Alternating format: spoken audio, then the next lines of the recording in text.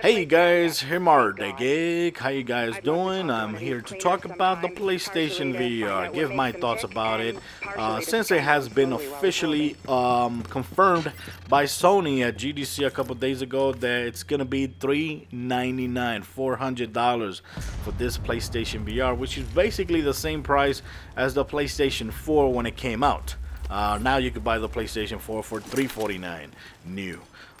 And confirmed date? Well, tentative confirmed date is October. There's no specific date, but who knows? From here to October, it could be delayed to November or December. Who knows?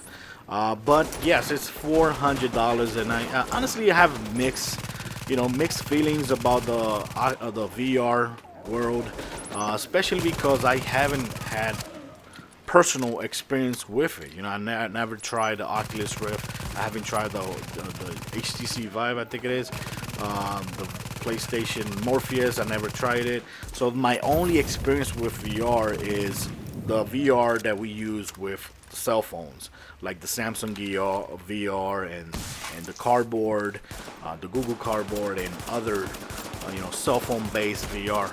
And at first, before using those cheap versions of VR, I was very skeptical about the VR gaming and experiencing all that. But after trying that cheap experience, I've been wanting more. And that's the great thing about trying the cheap experience first. If you're into the VR and you like to upgrade, you want to get a better experience. So that's where the PlayStation VR comes in. That's where the Oculus Rift comes in, and that's where the HTC Vive comes in. To complete that experience, and that's why I'm excited about the PlayStation VR. That's why I'm very very curious about the PlayStation VR, especially because now it's the cheapest version right now. I did predict it was $499, and in a way I got it right. Cause think about it, it's $399, but you do not get the camera. So if you didn't buy the camera, luckily I did. Luckily I have the camera since it was released. But a lot of people did not buy the camera, and the camera on its own go for around $50 to $60. And now I guess you could get it cheaper if you go to Amazon and eBay and all that. But believe me, guys, the price of the camera, a lot of people are gonna start putting the price up a little bit more because the camera is gonna sell out. Same thing goes with the Move controllers. I do not have Move controllers, so I would have to actually buy two Move controllers. And each Move controllers, if you go to Amazon right now, you could get them for around $25 new. Used, you could get them for around $15, $16, $18 used. And that's not bad. That's a good price. But believe me, guys, a lot of people are gonna jack up the prices of the Move controllers. If this gets popular. So if you're planning to get the PlayStation VR, you should get the Move controllers now. Now that it's cheap. Because I'm pretty sure a lot of people do not have Move controllers. So that's what I'm going to do. I'm going to go ahead and there's a store near me, which is like an entertainment exchange. They sell like used stuff, used gameplay and consoles and all that.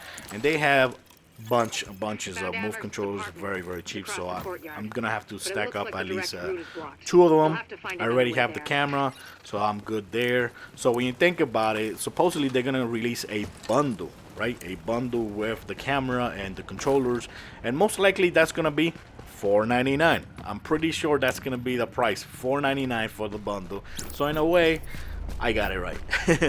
But of course, that's me thinking. But what do I think about it? I think it's pretty good. I think it's pretty good. Sony has the real chance to be the king of the VR, especially because there's a lot more PlayStation 4s in the market than there is PC capable of running VR. That's a given. That's an easy thought right there. PlayStation for the Oculus Rift, you actually need a powerful computer, right? And everybody's saying that you need a computer with around $1,000 specs that's gonna pile up to $1,000. But let's say, okay, let's say you go to the cheapest route, and let's say you can get a computer for $800, right? That would be like the minimum requirement. So let's say you got an $800 computer, plus you get a $600 Oculus Rift. That's $1,400 right there. Okay, so, and same thing goes with the HTC Vive. HTC Vive is $800. Plus, if you consider buying a $1,000 computer to get, make it run, or an $800 computer, that's gonna pile up to $1,600. $1,600. That's a pretty steep price for somebody who doesn't have a gaming PC and wants to try the Oculus Rift. So, but the PlayStation 4 just leaps over that hurdle right now, because in the market right now there is over 40 million PlayStation consoles. By this date, it's October. The apartment is upstairs. It's March 2016, and I remember, I think it was November or December, that they announced that they already passed the 30 million consoles sold. 30 million consoles sold. And by now, I'm pretty sure that it has to be over 40 million. They haven't said yet. Maybe they haven't. I haven't seen it. But if that's the case, a lot of people are hyped for this. Even though it's expensive, I'm sorry, but $400 for an accessory, I still find it expensive. I'm sorry, but there's still gonna be a lot of people buying it. A lot of people are gonna be buying the PlayStation VR, and a lot of people that don't know anything about the PlayStation VR and doesn't buy it at launch. Later on in the future, if they have a PlayStation 4, they just can buy one. They just can buy one on GameStop, and they don't like it, they can just turn it in or sell it. It's an easier option to try VR. It's not the same, it's not going to be as easy to try VR on the Oculus Rift or the HTC Vive. So that's why I think, by default, the PlayStation VR should be like the king of VR. Even though that spec-wise is going to be way inferior to the Oculus Rift and HTC Vive. Because, dude, come on. Spec-wise, there's a reason why the Oculus Rift costs that much, and the HTC Vive too. And like I said, I don't have personal experience with either of those VR sets. I'm going just by what people have been saying about trying each of those VR and their experiences and all that. And everybody is excited about the Oculus Rift and the HTC Vive. And a lot of them said that they, graphically wise, they all are better than the PlayStation VR.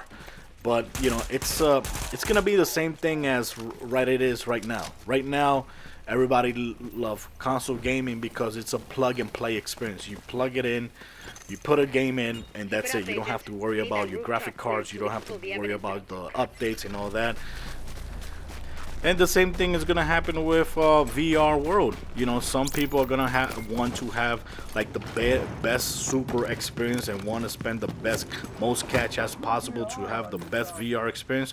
And those are the niche people that are actually gonna buy the Oculus Rift and the Vive over the PlayStation VR. That's gonna exist forever. But the thing is this gonna be a successful? That's the thing we cannot say right now, because this is something that you cannot just tell somebody, hey, this is amazing, you gotta it's worth the price, go ahead and buy it. You can't just say that to somebody with, just like a game. I can sit down on my TV and watch gameplays of a lot of video games, and if I like the video game, I buy it. You can't say the same thing about the VR. You actually have to personally try it out, and if you like it, like the experience, you buy it. If you don't like the experience, you don't buy it. Then you also decide which one you want to buy. You want to buy the cheap version, which is the PlayStation VR, or you want to buy the badass version, which is the Oculus Rift, and upgrade your computer and do this and do that to make it happen. That's the thing. Right now, it's too early to say if this is going to be a success or not. But the thing is for sure, one thing is for sure. Right now, Sony says that they have over 230 developers building games for PlayStation VR. The thing is, if these games do not meet the expectations when it comes to the games sold and money earned and selling the games, believe me, that number is gonna shrink very, very fast. Just like on the PlayStation Vita, a lot of developers dropped off because it was not meeting expectations. A lot of games got canceled because it wasn't meeting expectation. It's not because the Vita is a bad handheld. It's not because that. The PlayStation Vita is an amazing handheld. Even better when it comes to physically wise and I don't know, experience wise than the 3DS. But guess what?